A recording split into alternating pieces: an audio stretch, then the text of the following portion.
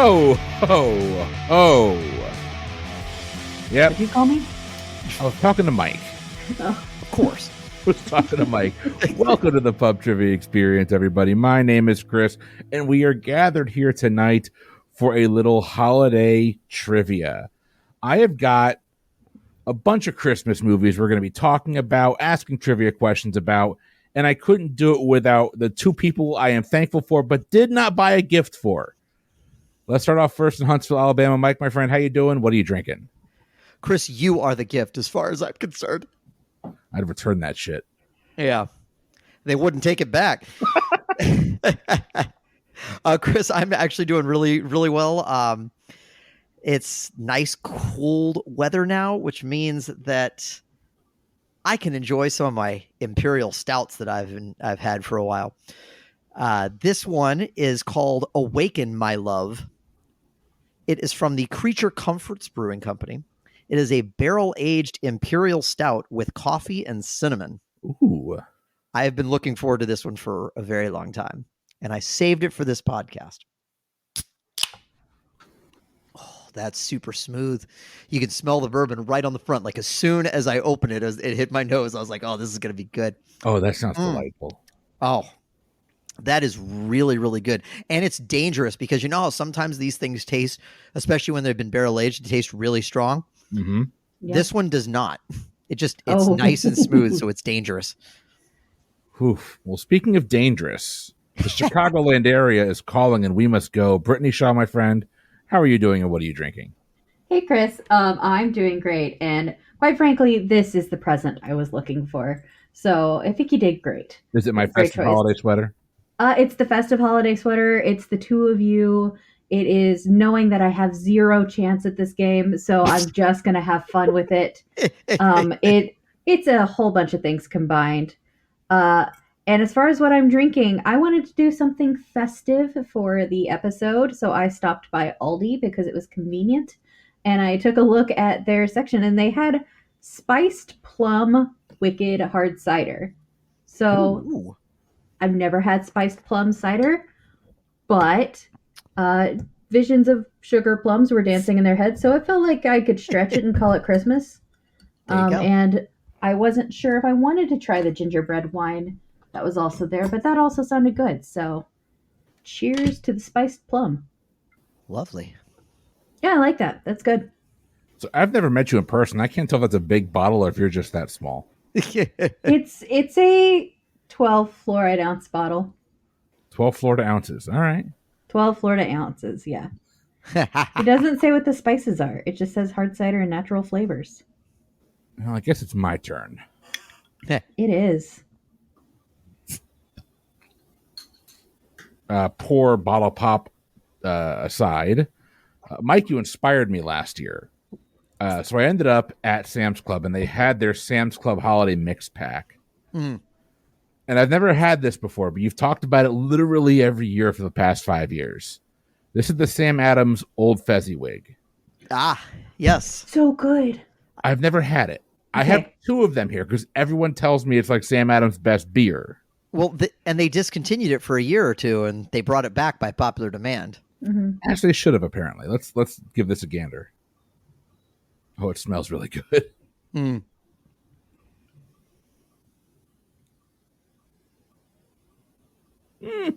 Oh, that's delightful. Right? Mm-hmm. Welcome to I the wish party. I had gone to Costco and gotten. I was worried the spice was going to be overpowering. No, it's like the perfect blend. Mm-hmm. Yeah, it's not at all. Old Fezziwig is a new favorite. Amen. Oh, by the way, I did forget to mention, I think, that the beer that I have is 13.7% alcohol by Holy volume. crap. Yes, you're saying there's a chance. That's right. Well, I believe was it the last time we played together I had The way too drunken much. diatribes. Yep. It was all good. Yep. all But it good. was Made a but it very was a fun blast. bonus episode Yep. Hour and a half later. that our Patreon supporters can check out on patreon.com/PTEBB. Always be branding. Yeah, That's right. It's a great that's what they episode. pay me for. It's a great episode. We pay you? No, Uh, I do this for free. I do this. Yeah. Look, if I get paid, I become a professional, and then I have to act like a professional. Oh Yeah. no. No Oh one yeah. wants that. Let's just keep Many drinking. of us. Yeah. I'll stay in amateur mode, thank you. Well, we have 2 rounds of trivia for tonight. We're going to start with the pregame. The pregame, as you all are aware, you're each going to get 5 questions worth 1 point apiece. It's a 50-50 pregame. So it's one way or another. I'm going to find you. I'm going to get you. Brittany, being that you seem so confident that you are not going to win tonight, I'm going to let you choose. Do you want odds or evens? You know what? Never tell me the odds. I will take evens. All right. Mike, you're getting the odds. And we're going back to what I used the first few times we did the original Hot Seat tournaments. This is going to be an all Christmas movie Rotten Tomatoes score. We're not doing Love fresh it. or rotten, though. Oh, I have got a listing here of 20 Christmas movies that are not part of the regular game. I'm going to give you 2. You just have to tell me which one of these 2 movies has the higher Rotten Tomatoes score. gotcha.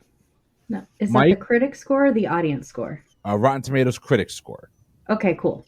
You know, a good important clarification. This is gonna go great. Yeah. We'll just pretend I was clarifying that for our listeners and not for myself. For those that don't know, Rotten Tomatoes is a movie aggregate website. For something to be considered fresh, it has to have a critic score over 60%. So we're starting with Mike. You get the odds. Mike, your 2 movies are Bad Santa or Jingle All the Way. I actually think Bad Santa, it wasn't a critical darling, but it got generally positive reviews, I think. And I don't think Jingle All the Way did, at least not to quite the same extent. So I'm going to say Bad Santa had the higher rating. Bad Santa is a correct answer. Bad Santa checking in 78%. Okay. Jingle All the Way down at 20%. Mike gets the point.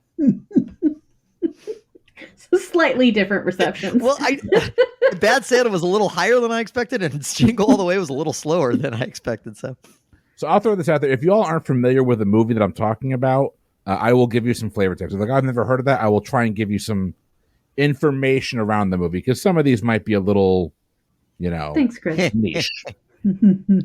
Brittany, I say that because your 2 movies are Santa's Sleigh or the 2006 remake of Black Christmas.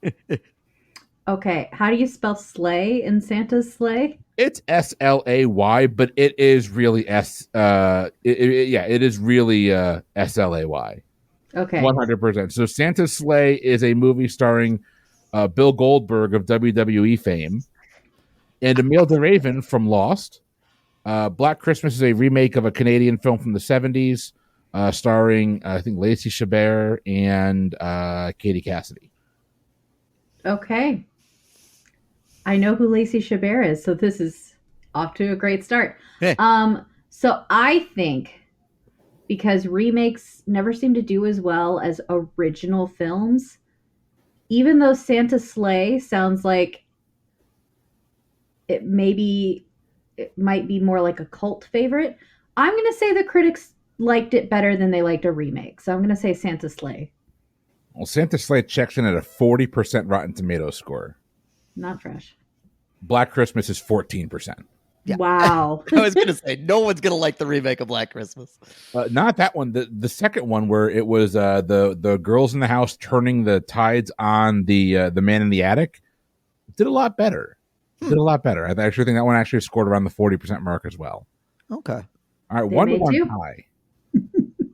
We got a 1-1 tie. Mike, we're going over to you. Your movies are Violent Night or Krampus. I'm not familiar with Violent Night. So Violent Night came out last year. It is a movie starring David Harbour as a violent Santa Claus who's trying to save a kid out of a house being taken over by terrorists, played by John Leguizamo. That's right, because I remember having to try and explain that preview to my children when it came on during a football game. Oh, no. Oh, yeah. But yes, that also explains why it did not appear in the Boozy Bracketology Best Christmas Movie bracket. which we did. Gosh, I think that was 3 years ago at this point. So long ago. Oh, I know, but that was a great bracket. I enjoyed that one. But that said, Krampus is another one that I feel like critics actually kind of enjoyed a little bit. So I'm going to say Krampus. Krampus is going to check in with a Rotten Tomato score of 66%. Violent Night was at 74. Oh! Wow, really? Okay. Mike, to your credit, I've seen both of these movies. Krampus is a must-watch every year. Violent Night, utterly forgettable. Okay, fair. Like, it's not a great movie. The critics are wrong. Krampus is a great movie. Watch it. It's genuinely fun and terrifying and heartfelt. It's everything you want a horror movie around Christmas to be for those that like horror movies around Christmas, like this guy. Mm-hmm. And for the record, y'all did the Ho Ho Holiday Movie Bracket Challenge in December 2020. Okay. That's what I thought. Okay. Not deep in COVID. Yep. So yeah, I've made the Boozy archive mostly for my own reference, so that if I wonder if y'all have done a bracket before, I can go back and look and see if you've done a bracket. I love it. Yeah. Mm-hmm. Brittany, we're on to question number 4. Your two movies are The Christmas Chronicles or the 1994 remake of Miracle on 34th Street. So I don't know what The Christmas Chronicles is. So The Christmas Chronicles is a Netflix Christmas movie starring Kurt Russell. Yep. Okay. That's good to know. However, I don't care what the critics said. The 1994 remake of Miracle on 34th Street is adorable. Mara Wilson is precious, and I love that movie, so I hope the critics did too. That's my pick. Miracle on 34th Street is certified fresh. It barely got there at 60%. The Christmas Chronicles, 68%. Really? Well, that's almost nice.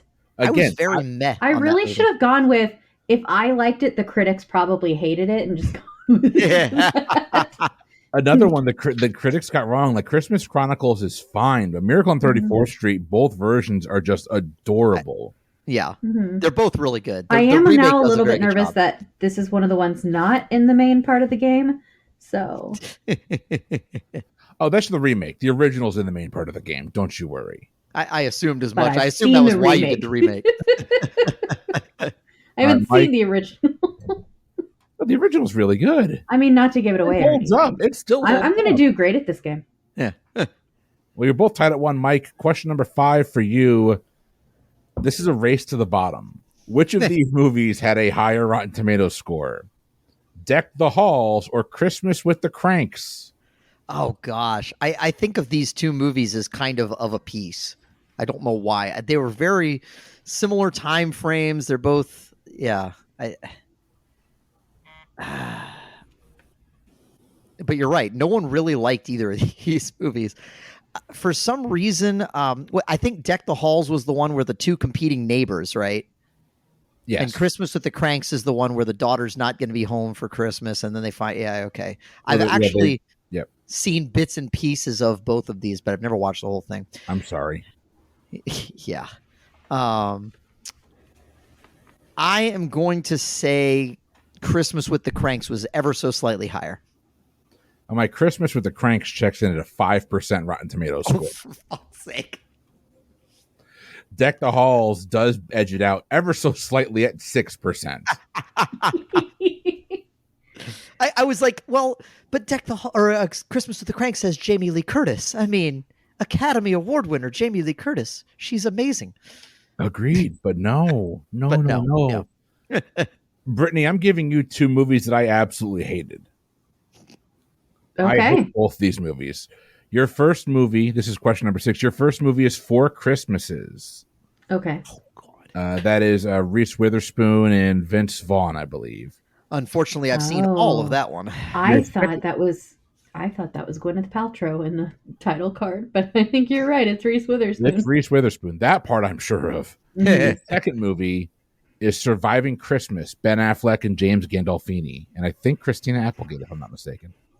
Okay. I haven't seen either of those. However, in Hulu's holiday movie collection, which I was checking out earlier today, Four Christmases was advertised to me, and the other one I don't even think was in their collection. So the critics at Hulu must like it more Therefore, I don't even remember what the other movie was, so I'm just going to go with Four Christmases.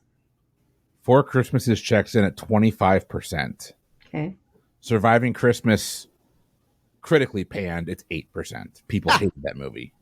I was like, I don't even think it was in the holiday collection that Hulu was like, holiday favorites. Well, but they would also have to have streaming rights with Hulu for it to be there. Yeah, but I also looked at HBO and it wasn't there either, so. I only use Skinamax. That's it. Mike, we're going over to you. Question number 7. Unwrapping a present. You get the raunchy part of the Christmas movies. Which of these has a higher Rotten Tomatoes score? Is it The Night Before or Office Christmas Party? I'm not sure I'm familiar with The Night Before. The Night Before is the Seth Rogen and Joseph Gordon-Levitt Christmas movie. That's right. Okay, yes.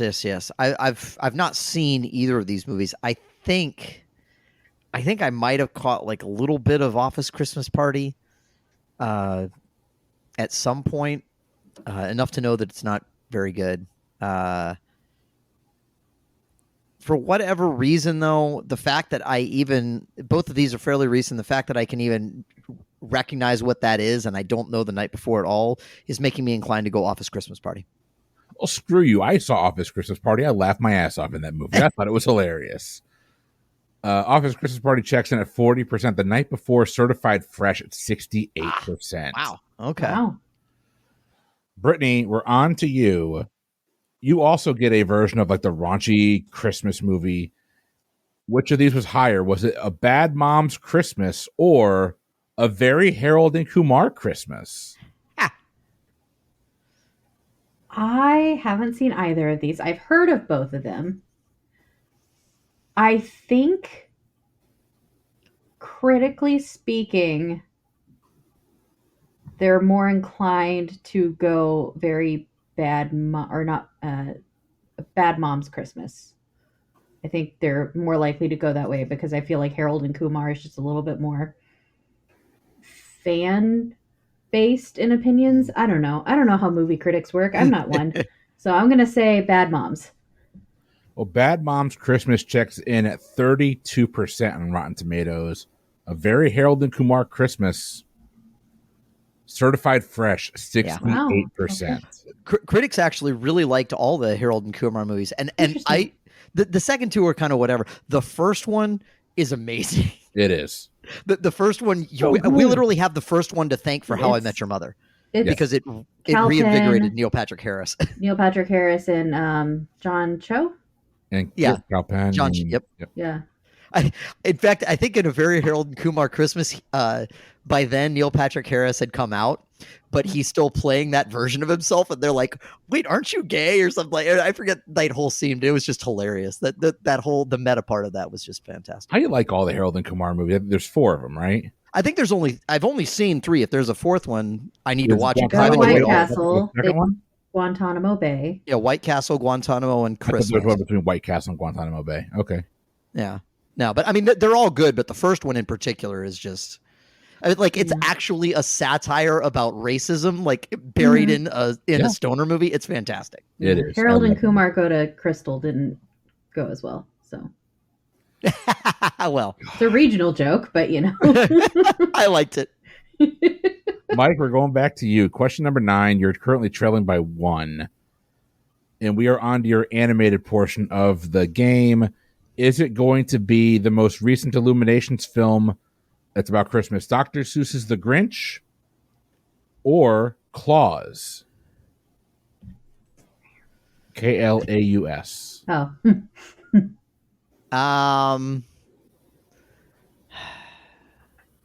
I didn't really feel like the new animated Grinch got a whole lot of love. I don't know much about Klaus, but Klaus is Jason Schwartzman, Rashida Jones, and J.K. Simmons. Okay. Came out in 2019. It's right before the pandemic. It's really recent. Yeah, I don't have anything to go on. I'm just gonna say Klaus. Klaus. Oh, there's no burying the hatchet here. Klaus checked in at 95%. Apparently, this movie is amazing. I for whatever reason, it stood out in my head as like something that people like, that I remember people liking a lot, but I didn't remember anything about it. Never seen it. Yeah, Dr. Seuss's The Grinch, by the way, checked in at 99%. Really? No. I was like, I don't think that's possible. No, Chris can't possibly like anything that much. It's just off of out of a fresh tomato, wow, that beer was good. It's outside the fresh zone. It's 59%. Mike gets the point. All right, Brittany, your last one. Is it going to be the movie Spirited or Fred Claus? Okay. And if you need to know what they are, I can help. I do need to know something about Spirited. So Spirited is, I believe, a Netflix movie, but it stars Will Ferrell and Ryan Reynolds. Oh, yeah. Okay.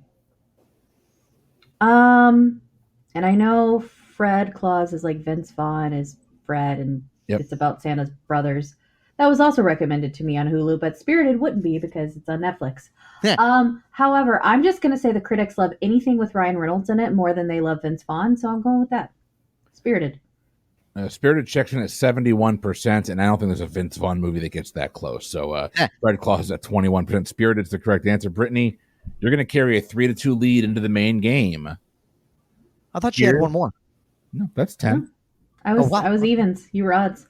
Okay, I lost track. Okay, rock and roll. Okay, so the main game is going to go like this. I've got a list of 15 movies, 15 Christmas movies.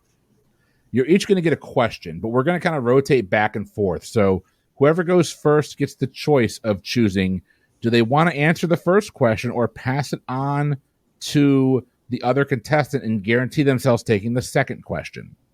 We're playing to win movies. So if you both tie, you both get the question right or both get the question wrong, there is a tiebreaker question for each of these films. Okay. All right. Okay. Brittany, you currently have a 3-2 lead. Whoever has the most points after these 15 movies will be our winner. Whoop, whoop. So, Brittany, you're going to start. Okay. And whoever's in last place going to that last question will get to go first, just to try and keep it close. That works. Gotcha.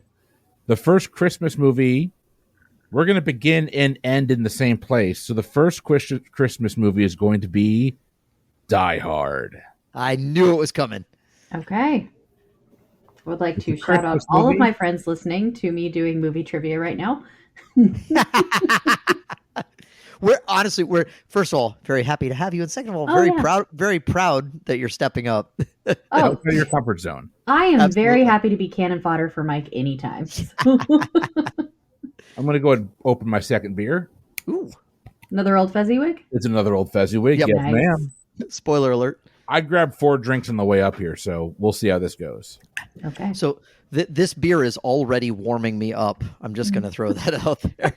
I believe the last time I was on and the episode aired, one of my friends reached out and was like, you really know how to bring out the drunkenness in people for podcasting. And I was like, he was like, it's awesome. I was like, yeah, that's me. Hazardous for your liver. All right. Brittany, we're moving into Die Hard, so you get the option to choose if you want to play the first question or pass it. Here is your first question. Throughout the film, we see John McClane and Hans Gruber chatting back and forth on walkie-talkies. When they finally meet face to face, who does Hans claim to be, trying to hide his identity from John McClane?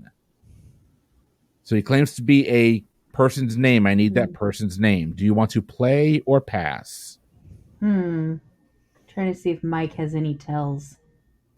Well, you know what?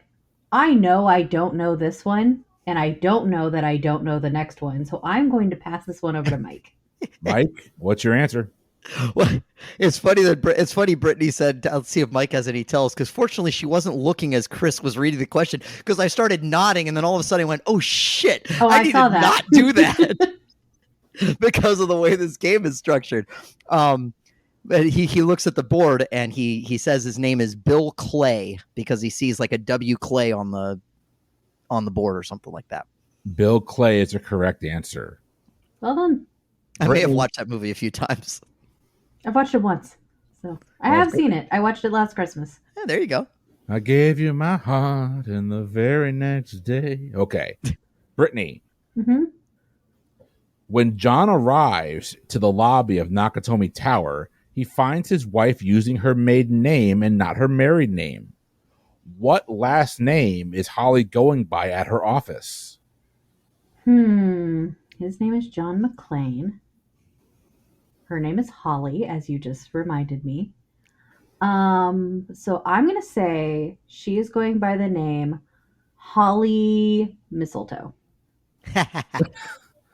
Holly Mistletoe is not a correct answer. It's actually Holly Golightly. It is? No. It was like the breakfast at Tiffany's. No, it's a Holly Gennaro. So Such a generic last name. I know, but it was only recently pointed out to me that her name is Holly, and it's a Christmas movie. I never picked up on that until like 2 weeks ago. For no points, I wrote the question anyway, so we're going to go through the. I'm going to say, it's heck with that. Whatever one of these closest to the pins that we don't use, I'm going to save for the Christmas bonus episode over on the Patreon experience. Oh, Sounds perfect. good. So we're going to skip that, and we'll have that on our Patreon feed after this episode drops. Next question, Mike. You get to start with this one. I will say every other movie from here on out, I did not write the two main questions. I stole these from a very popular magazine that kids today love called Reader's Digest. Life in these United States. Reader's Digest is apparently still around. Laughter is the best medicine. Yes. So the only questions I wrote were the ones up there. The rest of these are Reader's Digest questions, with the exception of the closest to the pin challenges. Those are all me. I Love it. Your movie is from 1964. It's the movie Rudolph the Red-Nosed Reindeer. Here's your question. If you want to play or pass, what was the name of the snowman who narrated the story? Yeah. You know what sucks is that my daughters watched this yesterday while I was at work. Or at least Penny did. And I do not know the answer to this question, so I'm going to pass and hope for better in the second one. All right. Brittany, we're over to you. What was the name of the snowman who narrated the story Rudolph the Red-Nosed Reindeer? I fear I may be conflating this with another movie, but I want to say his name was Leon. Was he a professional snowman? That was a terrible joke. You laughed. I did. Leon is not a correct answer. His name was Sam the snowman. Oh, okay. Oh, okay. All right, so Brittany not getting the points there. Mike, you have to get this one right. Otherwise, we go to the closest to the pin challenge. How did Rudolph's father, Donner, try to hide his son's nose? I mean, he put like a little was it coal that or coal or soot that he put over the nose? That's what I'm going to say.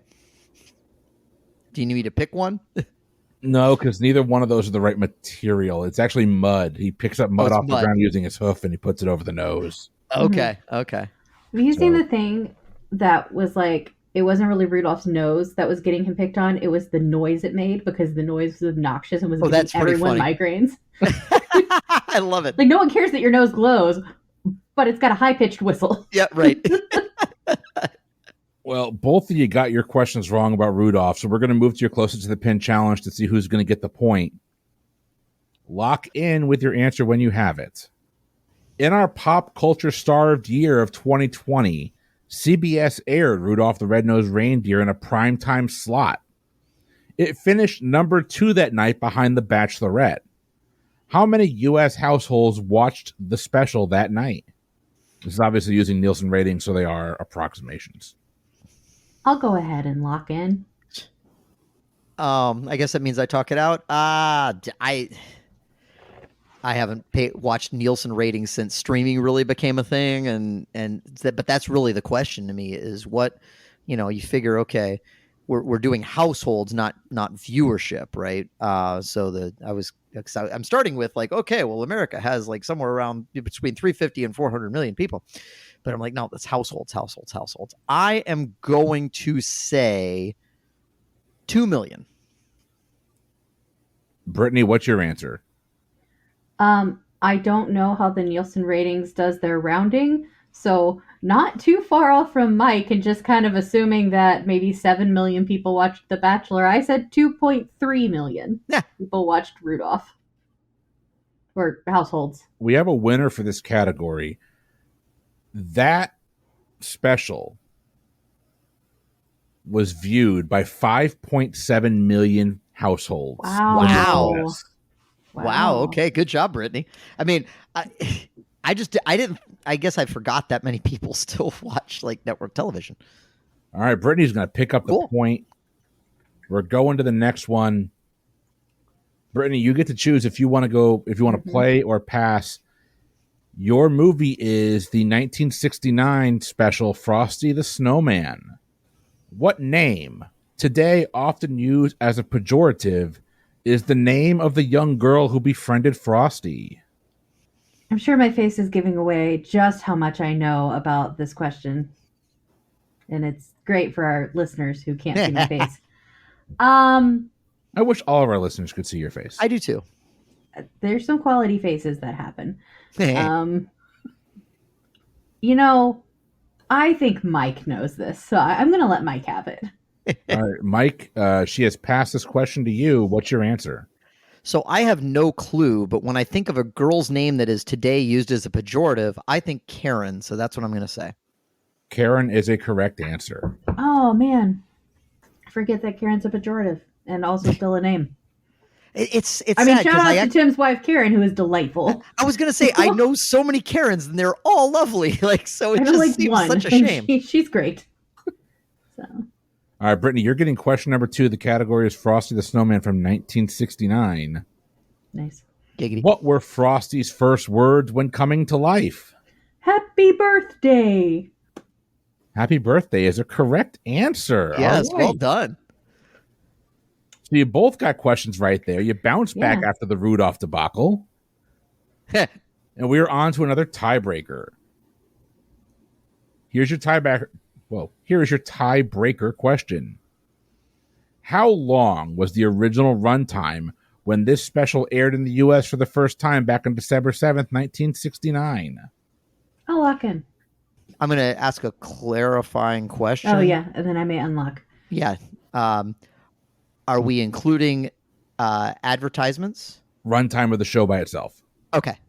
The primary, well, I don't even want to say the primary reason I'm asking because I have a feeling that's also going to show up later in this round, so I'm not going to say anything. I am going to relock in.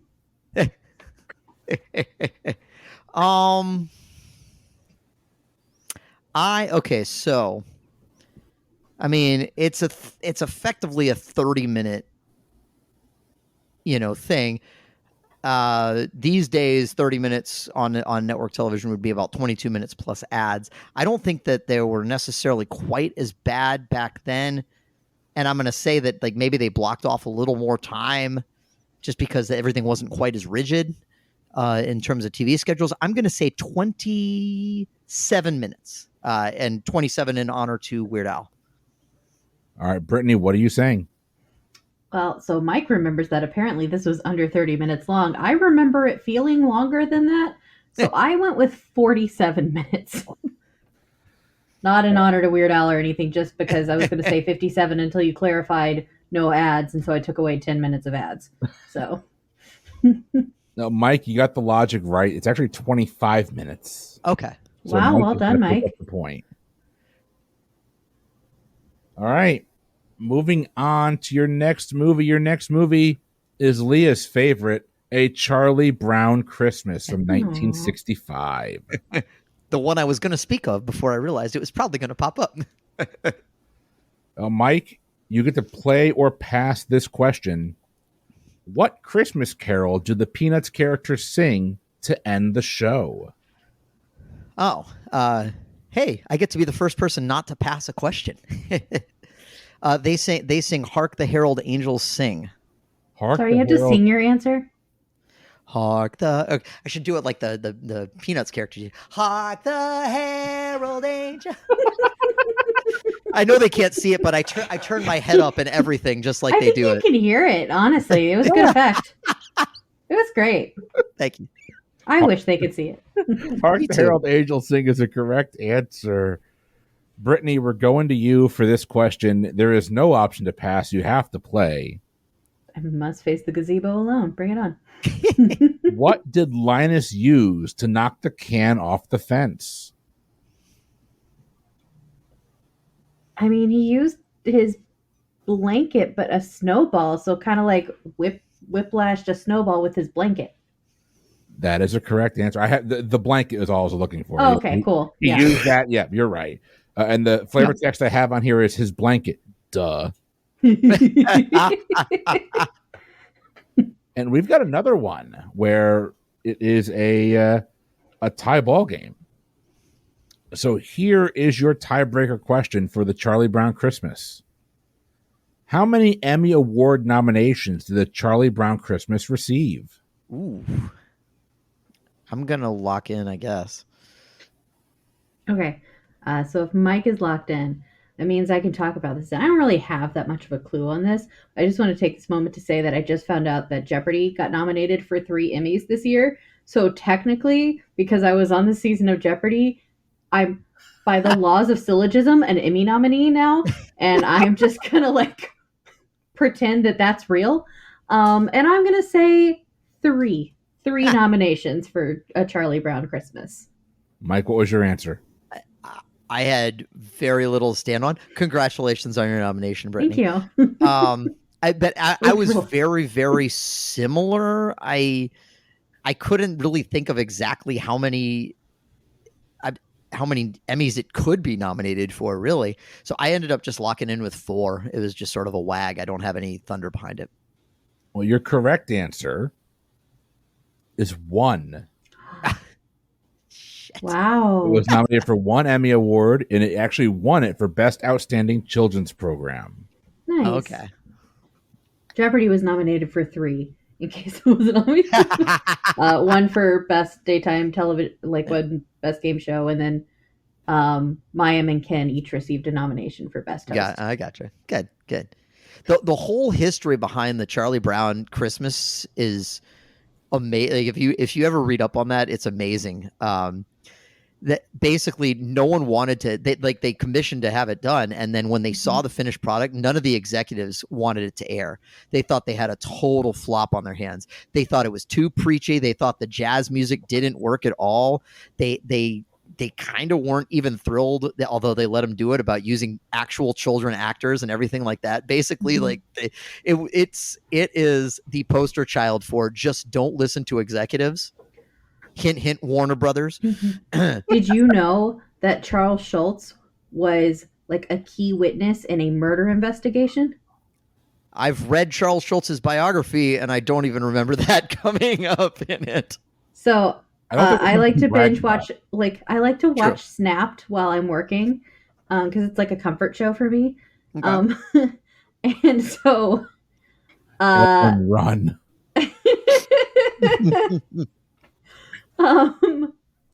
So Snapped had a thing where it was the person featured was the wife of Charles Schultz's right-hand man, and she, tried to murder him like you do. And so he was like a key witness because it happened at the place where they all worked, whatever you would call that, animation studio. Yeah. Happened at the studio. Oh my Lord. And, yeah, and he knew, I guess, about the husband's affair, and he told the guy, he's like, you two have to stop or I will be taking her side. Like, I understand. What? Interesting. So, yeah. Anyway, Right. I was Today I fascinated to learn that Charles Schultz was in a Snapped episode, sort of, in that he was talked about.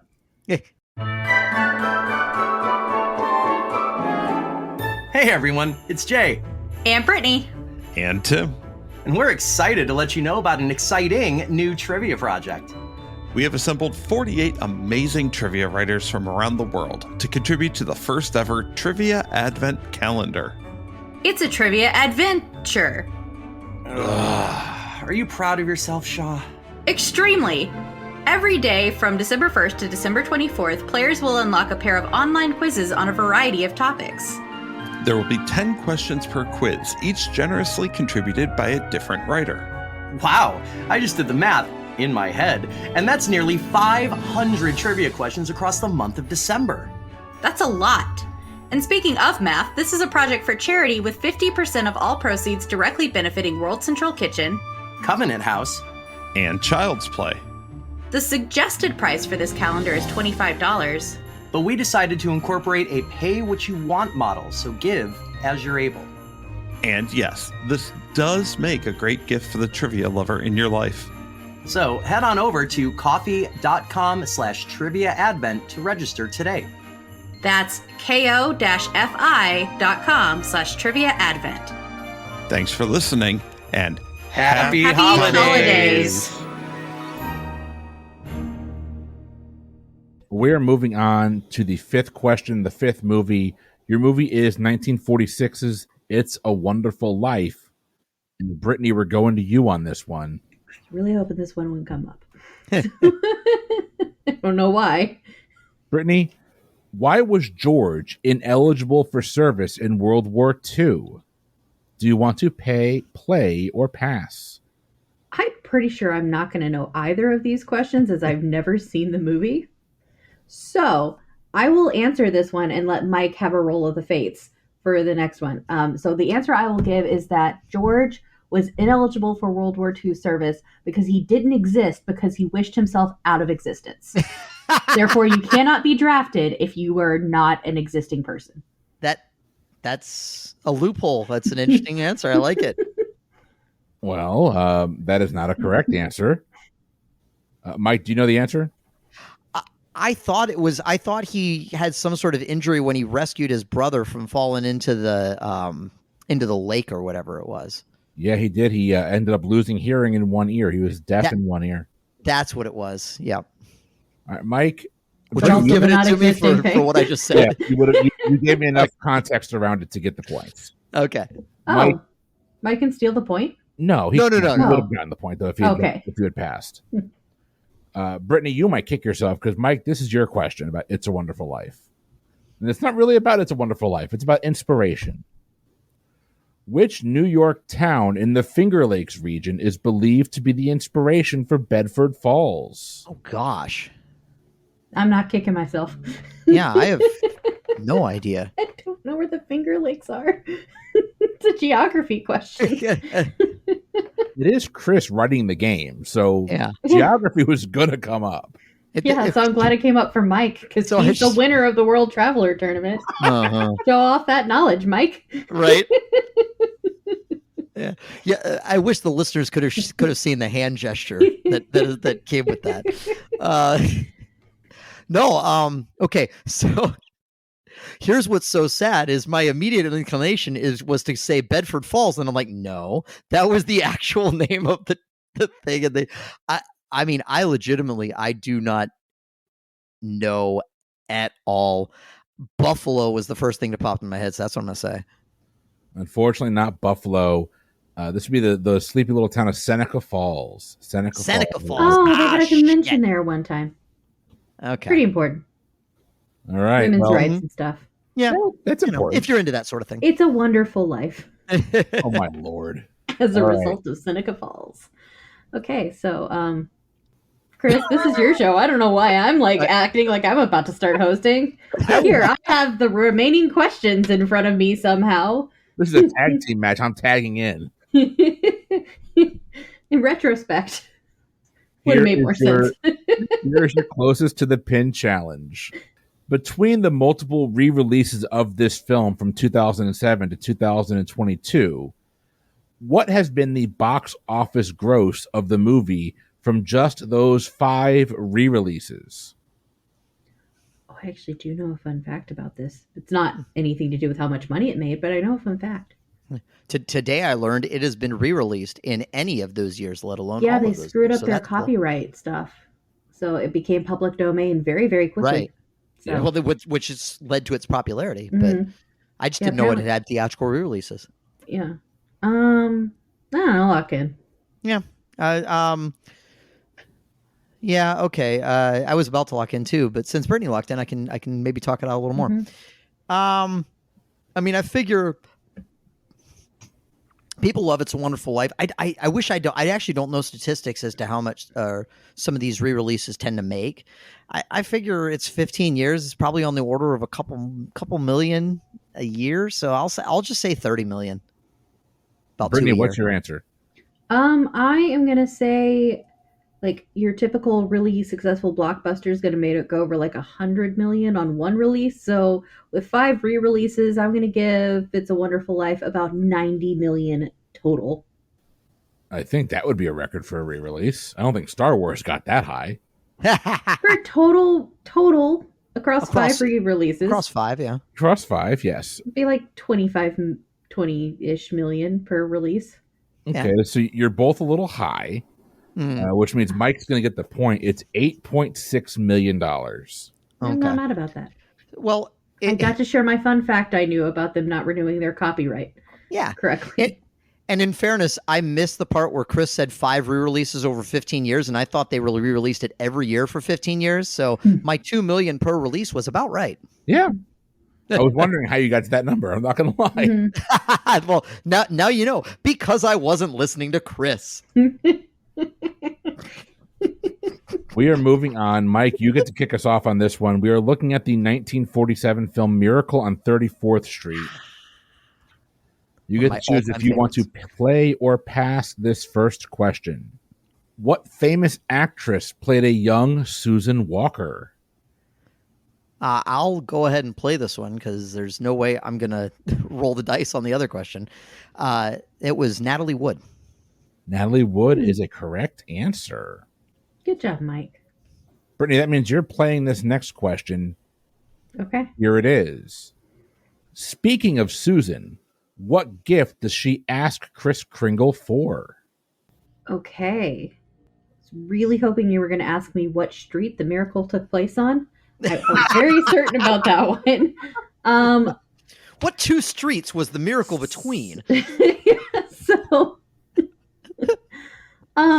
So I know in the 1994 remake, which is delightful, she asks Santa for like a little brother and a house and a family, and she like points to a house in a magazine. So I'm gonna say maybe that's like a callback to the original one, and she points at a house in a magazine and she says, "I want that." Damn you, Mara Wilson. A house is a correct answer. Well done. Well, in the remake, though, she does ask for a baby brother, and that's the end of the movie. I baby did not brother. remember that. And then like the mom and the dad, whose actor names elude me, like look at each other, and it's like the dad's Dermot Mulroney. Who plays the mom? No, it's Dylan McDermott. It's Dylan McDermott Mulroney. Okay, and it's Dylan McDermott and Elizabeth Perkins. Elizabeth Perkins, that's her name. Okay. Yeah. Okay. I can't believe I got that question right. I did. Thank you, I've Mara seen Wilson, that one for time in theaters. I've always gone back to the original, so I didn't remember that it was the same. So, but that was well done. Mm-hmm. Well, here's your closest to the pin challenge. I'm sorry. We've had a lot of these. This Patreon bonus episode is going to be really exciting with one closest to the pin challenge. Right. I've got other questions for the Patreon. Don't worry. Okay, cool. That. Yeah. All right. R.H. Macy is in the film as the owner of Macy's. However, that was not possible because the Macy family had sold the store well before 1947. In what year did the Macy family sell the company? God, this is a great question. I'm going to lock. This is a great question. It is. Good job, Chris. Did you say well before? I did say well before. All right. I was just making sure because I was trying to figure out if it would be something like maybe it was like Depression era, but to me that's not well before 46. So my initial, I'm just going to go with, you know what? Already today, as we've discussed, not going with the very first thing that pops into your head doesn't always end well. So with Zero Thunder, the year that popped into my head apropos of nothing was 1908. So that is what I'm going to say. Brittany, what was your answer? See, here's my concern because Mike has this uncanny ability to just say a year and will it into existence. That's true. However, well before is not exactly an established amount of time. So I thought 1929 was well before 1946. It was a great time to sell your store. So I went with 1929. Neither one of you are correct. Okay. So the Macy's company dates back to the 1850s. The family sold in 1895. Ooh, Wow. Okay. Good job, Mike. Mike gets the points. That is, in fact, well before 1946. Yes. that is well before. That is a half a century before. I'm as it sorry. Did I turns leave out. out one? I needed one more well in there. Is that what we're saying? Well before. With that, Mike, you have taken a 6-5 lead over Brittany as we move on to movie number 7. Your movie, the 1983 classic A Christmas Story. Okay. Brittany, you get to choose if you want to play or pass this question. What prize does Ralphie's dad win in a contest? The leg lamp. The beacon of sex in the window, or whatever Ralphie calls it. Like a beacon of Electric sex sex. and a hope, or something He says like that. electric sex glowing in the window. Yeah. Yeah, it's the leg lamp with the fishnet stocking. A woman's leg in fishnets is a correct answer. Brittany got So- the point. Good job, Brittany. I just want to tell a quick story. I had a miniature leg lamp that was gifted to me for Christmas, and it did, in fact, break very similarly to the way that it broke in the movie, except it broke in a move. But yeah, Mm. All right, Mike, you have to take this question. I do. Here it is. Finish this quote from Ralphie's dad. Fragile. That must be Italian. I'm going to give it to it must be Italian, but you got the gist of it. You're getting the points. Okay. I I'm like in not the even movie sure I ever noticed he Hoodwinked. says it, not that. Yeah. I like in the movie Hoodwinked where they kind of reference that line with dinamite. Must be Italian. Well, we're in for another closest to the pin challenge. We sure are. Here's How your many question. times does TBS air A Christmas Story every year? Oh, gosh. Not quite that. Not quite that. How many times is Red Ryder BB gun mentioned throughout the It's not only iconic, but it's also often associated with the film. But how many leg lamps were made for the production of the movie?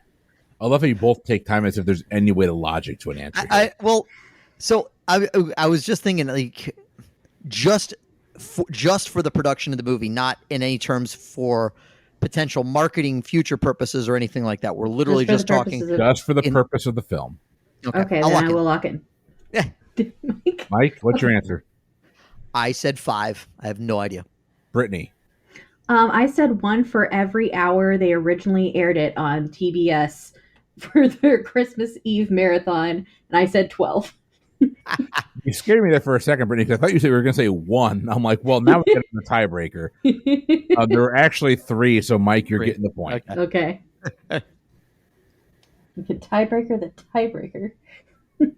Moving on, your next movie is the 1990 classic Home Alone. Mike, you get the option if you want to play or pass this question.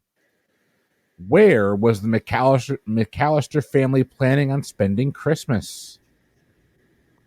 They were taking a trip to Paris. I take it means you want to play. Yes, sorry.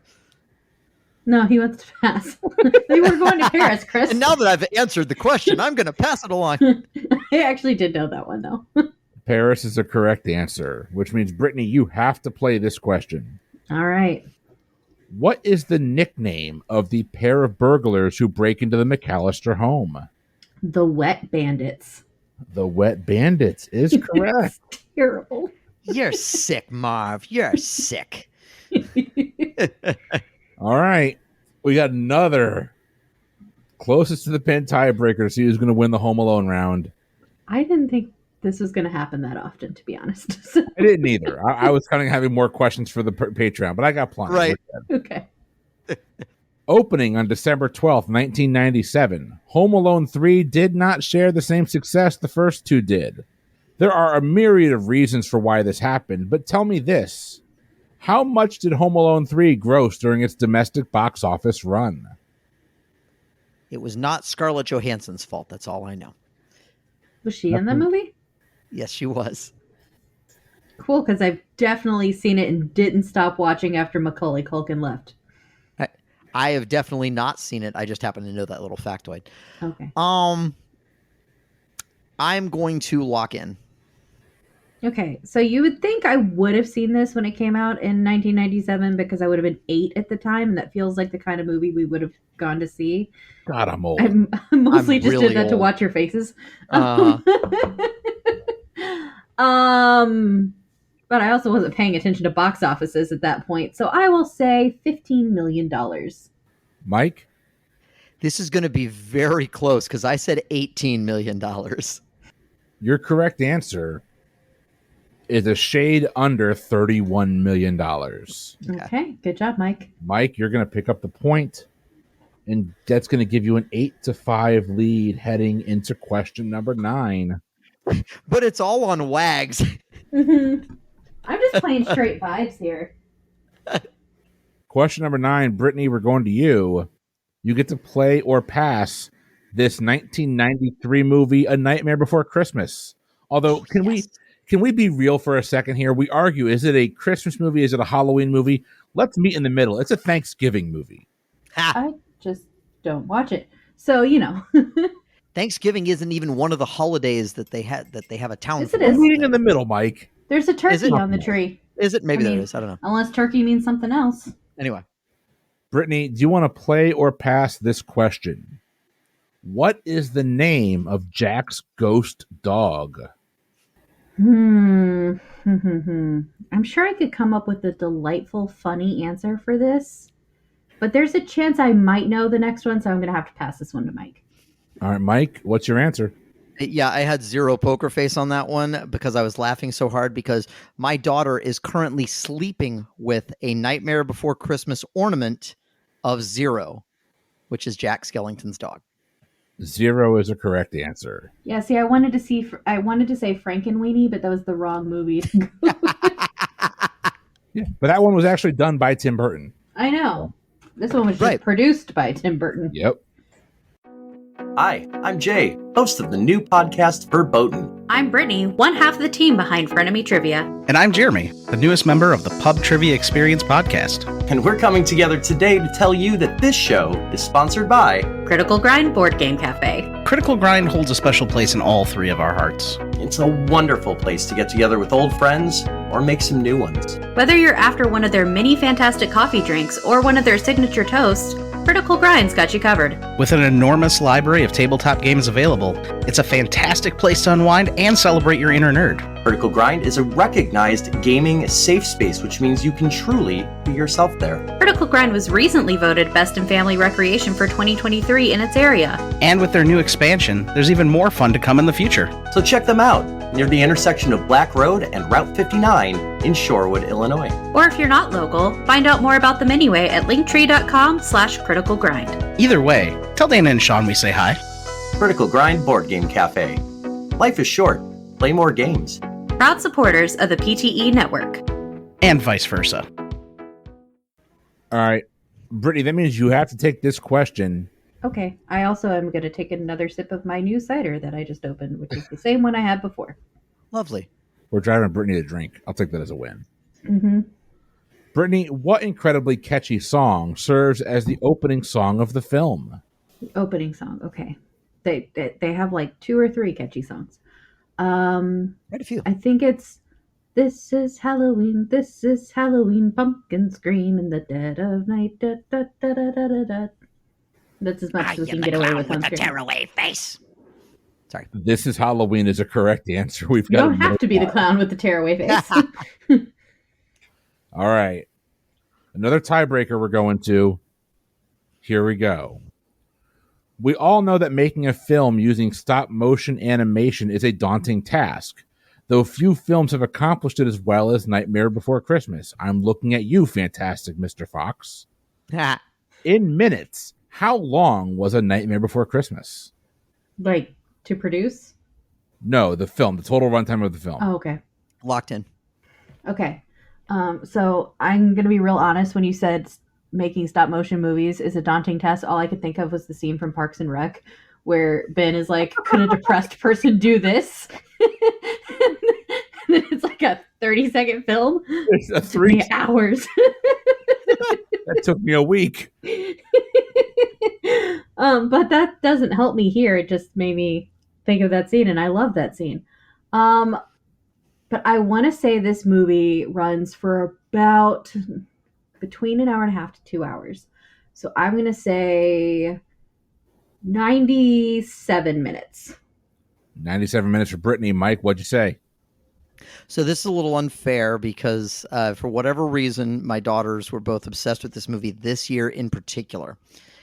So I know it's about 76 minutes. I might be a little under. You're actually right on the nose. 76 minutes is the correct answer. Okay. By all means, take it. Sorry. I have not watched that movie since I was a child, so I legitimately hadn't either, and yeah. I don't even remember how we ended up putting it on around Halloween, but they've loved it. They've requested it several times since. Yeah. I have My no idea. cousin was obsessed with it when we were kids, and so she asked me if I would watch it with her, and then we watched it 3 times in a row, and that's too much Nightmare Before Christmas. Yes, it is. It really is. So I haven't really watched it since because I just have a distaste for it. Yeah. Well, we're moving on. Movie number 10, Mike, you're choosing. Do you want to pass or play question number 1? Your movie is the 1994 classic, The Santa Claus. Okay. Perhaps making him perfect for Santa. What is Scott Calvin's job at the beginning of the movie? He is a shoot. You have to tell me if you want to play or pass. Yeah, I know. I just realized that. And my inclination is just to immediately answer a question. That's why. Yeah. Brittany's not giving me anything either. In fact, she's just basically ignoring anything that's happening right now. Very good Sorry, poker face. Simba's high right now, so You know what? I'm going to pass to Brittany and hope for better in the second question. All right, Brittany, that question's over to you. What is your answer? I mean, if he's perfect for Santa, I'm going to say he's a toy maker. So close, but not quite right. Toy salesman? He's a toy salesman. Okay. Santa doesn't sell toys. Yeah, and that's what I thought, but that was my hesitation. Brings joy to children. Mike, your it's question. Toy time. Real missed opportunity for the Stop blaming the questions. I'm not. I'm blaming Tim Allen. Oh, that is fair. God. Mike, how many Santa Claus movies are there? Oh, gosh. Well, if we're not including the series that either just started or is forthcoming, I don't know exactly what it is. It's probably airing right now. To my knowledge, there were only 3. There was the Santa Claus, and then there was the second Santa Claus, which had the Mrs. Claus, and then there was the third one that had Martin Short that I never saw. So I'm going to say 3.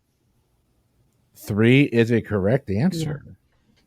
Yeah. The series, by the way, is now airing its 2nd season. Yeah. Oh, really? Okay. See, this is how out of it I am. kind of tempted to watch the 2nd season because it's got Gabriel Iglesias in it. It does. And I do like Fluffy. Who doesn't love Fluffy? Monsters and sociopaths, Indeed. probably. Indeed. That is true. Well, we are moving on. We have our 11th movie of the episode. That movie is the 2003 classic Elf. Brittany, play or pass? What song do the people sing to raise the Christmas spirit? You better watch out, you better not cry, you better not pout, I'm telling you why. Santa Claus is coming to town. Right, Santa Claus is coming to town. That is a correct answer. So I'm assuming you're going to play that one, not pass. Oh, yeah, I'm going to play it. I asked if I could play both, but I think the answer is no. No, you cannot play both. That is a correct answer, picking up the point. That I'm not part going to always lie. makes me I was cry. legitimately hoping that was going to be my question because that's about all I can remember from that movie. I've never been a big I'm really fan. glad I played that question then. Well, Mike, here's your question then. According to elves, what are the 4 main food groups? Yeah, let's hear the play-in. Not the play-in, the closest to the. You need to get this right to get the closest to the pin. Mm-hmm. No, oh shit, that's right. That's right. Okay. I don't know. peppermint milk cookies and something. I don't know. Unfortunately, I not don't care. Brittany. Elf is not a good movie. No, it's not. Brittany, do you know the answer? It's like one of my favorite movies. Candy canes, candy corn, sugar, syrup. Syrup, yes. Yes, syrup. Candy corn, candy canes, candy, and syrup is what we're looking for. Mike's not getting the points. Brittany, you're going to win that round. Elves Good. like candy corn. That's all the more reason to dislike that movie. Candy corn is it's so waxed with delightful. sugar. And Ralphie from A Christmas Story is his boss elf in the opening scene. That's Ralphie who's like, you're special. Is that Special true? That's talents. actually really funny. That is Ralphie. It is. And it's Jon Favreau. He touched it, it turned to gold. So I actually have fond memories of seeing that movie with my sister, but it was just it never caught on for me the way it caught on for a lot of people. I don't think it's a terrible movie. It's just not a staple like it is. The only thing I don't like about it is that it's 20 years old, and that makes me feel old. Fair. All right. Well, we're on to question number 12. Mike, you get to play or pass this question. Your movie is the 1989 classic National Lampoon's Christmas Vacation. Excellent. Instead of cash, what does Clark's boss give him as a Christmas bonus? You want to play or pass? I will play this. He gives him a subscription to the Jelly of the Month Club. A subscription or a year-long membership to the Jelly of the Month Club is correct. Brittany, that means you have to answer this question. Which is coincidentally also about the Jelly of the Month Club, I'm hoping. What was the third jelly? No, that's not the question. It was boysenberry. Trick question. Okay. Right. Brittany, here is your actual question. In the movie, Clark wears a ball cap that represents which NFL team? Oh, come on. Sports and movies? Like, am I in a nightmare right now? This is Halloween. This is Halloween. You said a professional football team, like an NFL team? NFL team. He's wearing a ball cap that represents what NFL team? Okay, well, Chevy Chase seems Midwestern AF, so I'm going to say the Chicago Bears. The Bears is a correct answer. Nope. And I was like, I don't know it, but I know they were from Chicago, so it's probably the Bears. Well, all right, Chris, we're going to have the happiest closest to the pin challenge since Bing Crosby dap dance with Danny fucking Kaye. Shitter's full. That's about the only quote I know from the movie. All right, hey, Clark, we're going with your closest to the pin challenge. Like the original Vacation film, Christmas Vacation is inspired by a John Hughes short story that was first published in National Lampoon in December of what year? The movie pays tribute to this in the scene where Clark is in the attic and he pulls out an old home movie labeled Christmas 59, also the name of the short story. So we're looking for the year the short story debuted in the National Lampoon publication. In the National Lampoon publication. So I've just now put together that it's named for the National Lampoon publication. That's where the National Lampoon... I actually thought until like recently that his name was National Lampoon. Yeah. Ooh. Kind of like Reality Winner. Mm-hmm. I'll walk in. Yeah, what was the question again? I was busy having my mind blown. You said what year was the short story published? What year was the short story published by John Hughes in National Lampoon? And it was called Christmas 59? The short story was okay. 59. Well, then I'm going to say it was a 10-year retrospective by John Hughes, and he published it in December of 1969. Mike, what'd you say? When I think of National Lampoon's heyday, I think of late 70s to early 80s. So I just locked in with 1981 because it was a good year. That's the year you were born? It was. I was born in 89. I know. Now, Mike, this story is actually older than you, but not by much. 1980 is the year it was published. Wow, okay. All right, Mike picks up the point. By knowing things. We got 3 questions left. Your next Didn't know question- shit on that one, so it was a lucky guess. The shitter's full. Brittany, we're starting with you. Your movie is the 2000 classic, How the Grinch Stole Christmas. Okay. Play or pass this question. Jim Carrey spoke with an accent when playing the Grinch. He claimed to base it on what iconic actor? I'm going to pass to Mike. Because Mike. that was a grimace if I've ever seen one. Yeah, it's really nothing against Jim Carrey or Ron Howard or anything like that, but How the Grinch Stole Christmas was a perfectly wonderful 30-minute television special. It did not need to be blown up into a hour and a half long movie. Certainly not one that Jim Carrey required actual coaching from people who taught him how to deal with torture to deal with getting put into that makeup. I've never been fond of that particular version. I don't know anything about it. I'm trying to think of how he spoke. My offhand guess is to say Cary Grant. Cary Grant, unfortunately, it's not a correct answer. This would be James Bond himself, Sean Connery. Oh, okay. Okay. All right, Brittany, if you get this one right, you're going to get the point. Okay. What is the name of the mountain that the Grinch lives on? Ah, shoot. Hold on. It's a great question. Who's down in Hootville? And the Mount. It is something like that combines with like garbage and like crag.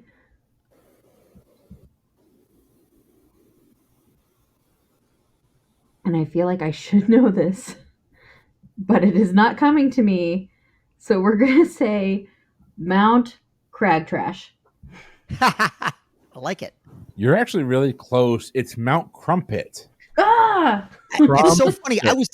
That's what I was thinking. I was like, it sounds almost like Krampus, but it's not that.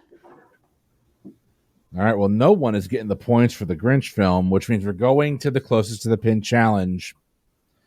For 92 days of filming, Jim Carrey spent approximately how long per day in a makeup chair getting done up for the movie The Grinch? This is build up, not tear down. How long did it take him to get his makeup on?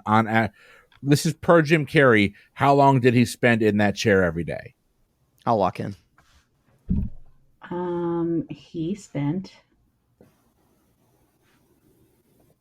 put on but not take off. So he spent 5 hours getting that makeup on. Mike. We're going to be close again. I said 6 hours. You're both a little bit over, actually. Brittany's going to get the point. Okay. He said that it was about 2.5 hours a day to get the makeup on. Okay. So Brittany picks up the point. By the way, it was roughly an hour per day on top of it to get the makeup off, which they've got contract hours. They can only work so many hours in a day. He spent like 50 or 40% of his day in the makeup chair. Right. But we are moving on. We've got 2 movies left in the game. The next movie, I am borderline whether or not we consider this a Christmas movie, but it's on the list. We're going to go with it. Your movie is The Holiday. Okay. And this is question 14. So, Mike, you're going to kick us off here. Play or pass this question. Okay. In what U.S. city does Amanda live in? I have a solid guess because I have seen this movie one time, but I'm going to pass this one to Brittany and hope that I have something better than a solid guess on the second question. All right, Brittany, in what U.S. city does Amanda live in? Los Angeles. Los Angeles is a correct answer. That was my solid guess. Well done, Brittany. Thank you. All right, Mike, that means this question goes to you. Why did Graham show up at Iris's house, which is where Amanda was staying at the time?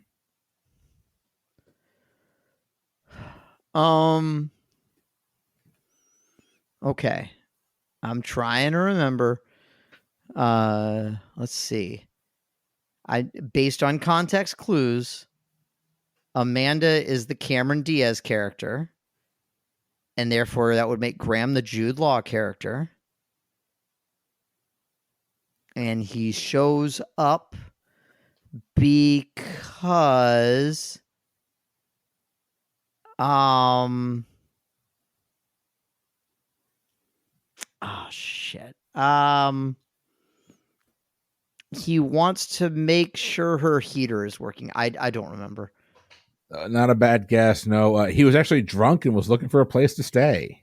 Yeah. Okay. That's right. That's all coming back to me now. That's actually not a bad movie. I've seen it one time. I enjoyed it, but I just never gone back to visit it. I can't. Well, I told you at the beginning that we're going to begin and end in the same place. Your final movie. If you watch these movies back to back, you will see Hans Gruber / whatever his name is pay for his crimes. We're on to Love Actually. I was hoping it would be Die Hard 2, which is also a Christmas movie. No, we're going to Love Actually here. I have got 2 movies I have to watch every year. Krampus I try and get to, but the 2 I have to watch every year, Die Hard and Love Actually. Love Actually is legitimately one of my favorite movies. It's fair. All right, it's 15, and Brittany, you get to start us off here. You get to choose if you want to play or pass this first question. Brittany, have you seen Love Actually? I watch it every year. Aww. Mike, I'm not going to ask you that question because that might inform Brittany's answer, so we're not going to go there. Brittany, your question is this. To impress his crush, a young Sam learns to play which instrument throughout the film? I will play this one. Okay.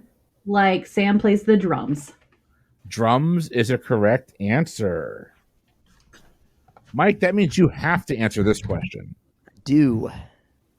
And I'm going to tell you right now, if I mispronounce his band name, you tell me. What song, released by Billy Mack in the film, but taken from a 1967 Trogs hit, became Christmas's #1 single in the movie? Do you want the title of the Trog song, or do you want the title of the song? Title of the song in the film. I mean, if the Trog song was "Love Is All Around," so I'm assuming it's "Christmas Is All Around." Christmas Is All Around is a correct answer. Yeah. And I actually legitimately love that movie too. Like it is a totally guilty pleasure. Oh, by the way, I actually heard Christmas Is All Around come up on the Christmas playlist that Nikki loves to play when we're doing Christmas decorations and stuff. I was like, I love that this is actually, I've never heard it outside the context of that movie before that moment. So it was really nice. No, legitimately Love Actually is a movie that is near and dear to my heart. I actually really enjoy that film. That movie makes you feel every emotion possible. Yes, it does. There's a couple so fun background story. I hadn't watched it in a few years, and I was at my ex-husband's family's house for Christmas, and I was like, oh, and they were like, well, we should put on a Christmas movie. I was like, oh, we should watch Love Actually. And they're like, oh, I've never seen that before. I was like, yeah, I haven't watched it in years. I don't remember everything that happens, but yeah, we should totally watch it. It'll be fun. And there's a couple key plot lines that I had forgotten about. Uh-huh. Yeah. And my ex-mother-in-law looks at me and goes, oh, so it's one of those movies. And it was a little awkward. Yeah. Yep. So my story is that it's revealing a little too much about myself, but the first time that I watched that movie, the girl that I was in the process of getting over, because I had had a huge crush on her and everything like that, had just recently started dating a British dude. And then so the scene where all the women are like fascinated with the fact that he's like all the American women are fascinated with the fact that he's British, played a little different for me then than it does now. I love that scene. Leah hates that scene. I love it. I think it's so wonderful. If you've ever watched like an awkward British dude interact with American women, it is not that far off. Like, obviously it's turned up a little bit for humor purposes, but it's not that far off. Wisconsin. We've got your tiebreaker here for this last question of the game. In a heartbreaking scene from the film Love Actually, Alan Rickman's character gives his wife Emma Thompson's character a Joni Mitchell album, which means he gave his secretary a gold necklace that we saw him purchase earlier. In pounds, how much was the gold necklace? Locked in. I have no idea. Yeah, I'm sure it's mentioned in the movie. Couldn't tell you. 250. Brittany. Something in my brain is saying it was 295 pounds. And because that's the whole Rowan Atkinson, would you like this gift wrapped scene? Yes, where he just keeps adding more I love that. and more absurdity into the bag. But you said you wanted it gift wrapped. Right. I think it was like 295 pounds.